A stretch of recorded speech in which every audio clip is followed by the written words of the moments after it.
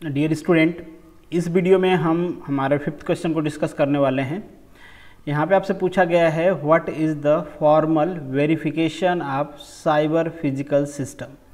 CPS system के बारे में ऑलरेडी हमने डिस्कस किया हुआ है, पहले से ढेर सारा डिस्कशन किया हुआ है। सीपीएस सिस्टम के बारे में क्या होता है, कैसे हम इसको मैन्युफैक्चरिंग में इंटीग्रेट कर रहे हैं, इसके बेनिफिट्स क्या हैं, ये सारी चीज़ें ऑलरेडी हमने डिस्कस किया हुआ है।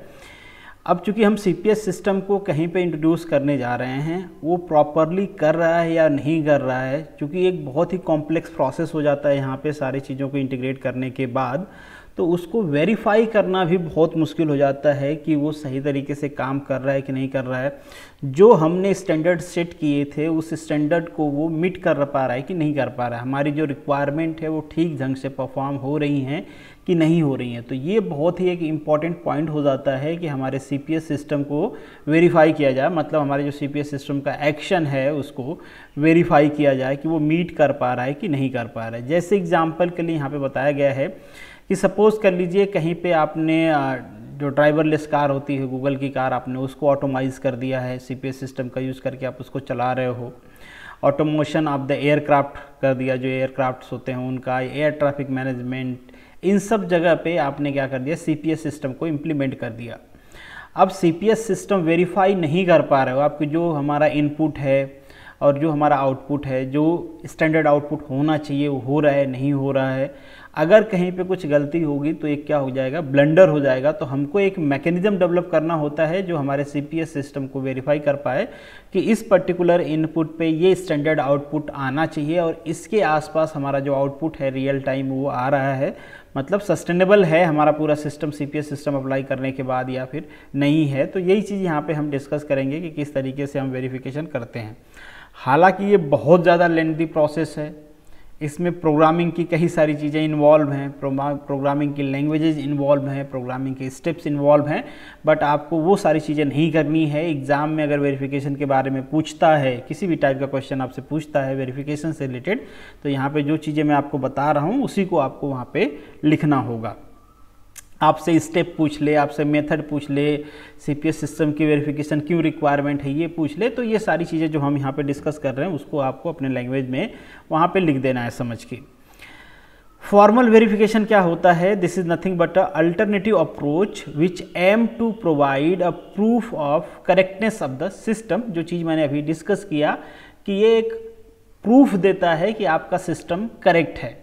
जैसे क्या होता है, हमने कहीं पे कोई प्रोग्रामिंग बनाया है तो हम पहले एक एग्जाम्पल की तरह इनपुट देख के, इनपुट डाल के आउटपुट देख लेते हैं कि क्या यही इनपुट आउटपुट सेम मतलब मैच कर रहा है स्टैंडर्ड आउटपुट। सपोज कर लीजिए हमने कहीं पे मल्टीप्लिकेशन का प्रोग्राम बनाया और वहाँ पे आसान होता है, आसान तरीके से हम उसको वेरीफाई करना चाहते हैं।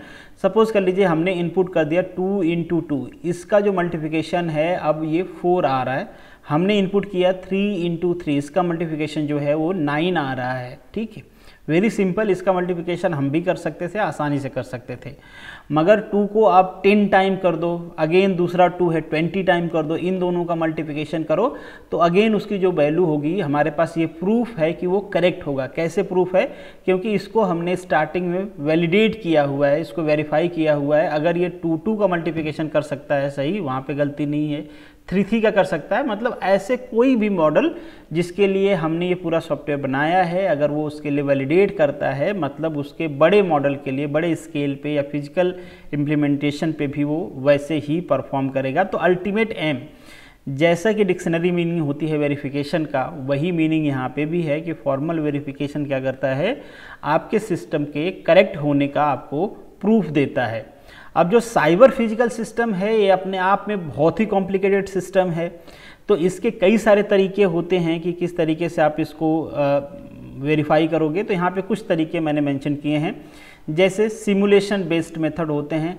ऑटोमेटिकली हमने मशीन को प्रोग्राम कर दिया है, हमारी मशीन खुद ही इनपुट आउटपुट को सिमुलेट करके देख लेगी कि ये जो है वो प्रॉपर है या नहीं है, अदरवाइज आपको वो एरर बताएगा। जैसे आप जनरल टाइम में भी चीज़ें यूज़ करते हो, तो जब मैचिंग डाटा नहीं होता है, हमारी जो एल्गोरिथम होती है उससे मैच नहीं करता है, तो वो क्या बता देता है, सिस्टम एरर बता देता है। तो उसी तरीके से सिमुलेशन बेस्ड वेरिफिकेशन होता है।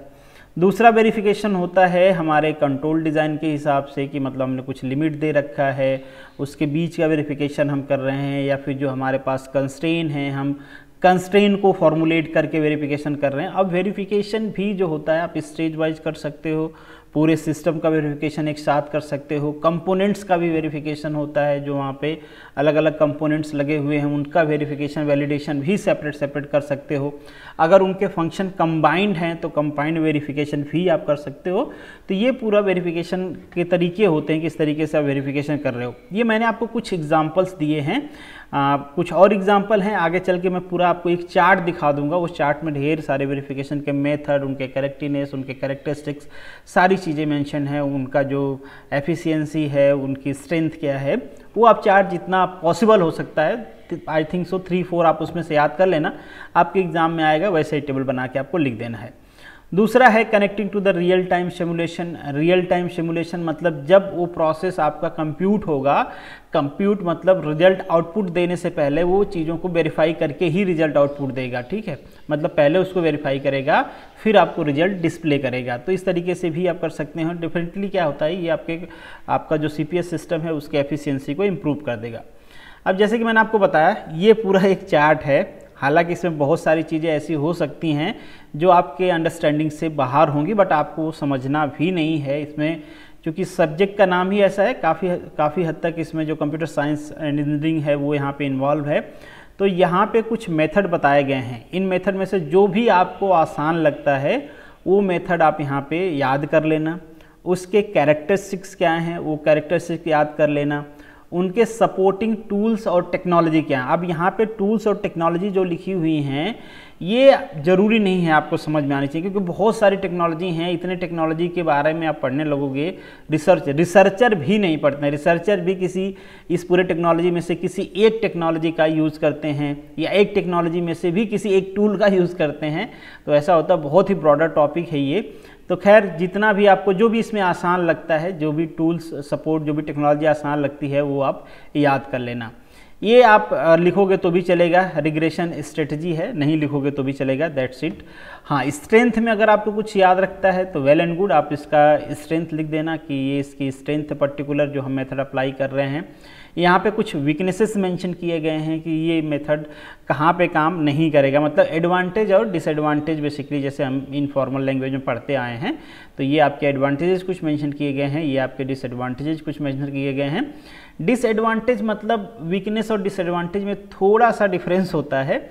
वीकनेस मतलब ये होता है कि वो चीज़ को वो परफॉर्म करेगा बट उतना स्ट्रांगली नहीं करेगा, ठीक है। जितना एक्यूरेसी के साथ करना चाहिए उस एक्यूरेसी के साथ वो परफॉर्म नहीं करेगा। डिसएडवांटेज मतलब अगर हम कहें तो डिसएडवांटेज ये होता है कि वो उसको करेगा ही नहीं, ठीक है। ये वाली चीज़ इम्प्लीमेंट ही नहीं होगी यहाँ पे, तो उसे वो इसका डिसएडवांटेज होता है। होना चाहिए बट नहीं हो रही है, तो वो उसका डिसएडवांटेज हुआ। वीकनेस ये हुआ कि चलो उस चीज़ को परफॉर्म तो कर देगा बट उस एक्यूरेसी, उस एफिशिएंसी के साथ नहीं करेगा जितनी रिक्वायर्ड है। तो आपको जो भी अच्छा लगता है, अगर आप स्ट्रेंथ एंड वीकनेस लिखते हैं तो दैट इज़ गुड। अगर एडवांटेज डिसएडवांटेज लिखते हैं तो भी इस लेवल पे तो चलेगा ही, रिसर्च तो हम कर नहीं रहे हैं। यूनिवर्सिटी का पेपर आपको लिखना है तो ये इसमें से जो भी हर मेथड में से 2-3 आपके वीकनेसेस एंड 2-3 स्ट्रेंथ दिए गए हैं, तो आपको 1-2 जो भी याद रहता है, अगर एक याद रहता है तो भी वेल एंड गुड। और यहाँ पे सारे मेथड आपको याद नहीं करने हैं, कोई सा इनमें से कोई सा भी 3-4 आप याद कर लेना। एग्जाम में आता है, यही टेबल बना के आपको वहाँ पे मेंशन कर देना है। तो दिस इज द एंड। चलिए मिलेंगे नेक्स्ट वीडियो में।